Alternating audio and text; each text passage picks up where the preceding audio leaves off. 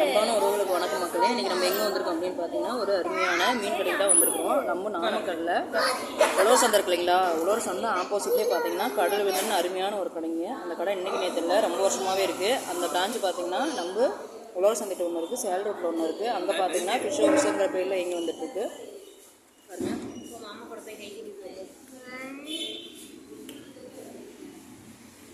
குழந்தைங்க சாப்பிட்ற மாதிரி போன்லெஸ் இருக்குது, நம்ம பெரியவங்க சாப்பிட்ற மாதிரி போன்லெஸ்ஸும் இருக்குங்க. மீன் பார்த்தீங்கன்னா டேஸ்ட்டாக இருக்கும். அதே மாதிரி மதியம் பார்த்தீங்கன்னா சாப்பாடு 5 வகையான மீன் குழம்பு. அதே மாதிரி மீன் பீஸ் பார்த்தீங்க அப்படின்னா என்ன வகையான மீன் பீஸ் வேணாலும் வாங்கிக்கலாம். சாயந்தரம் பார்த்தீங்க அப்படின்னா நண்டு சூப்பும் இருக்குது.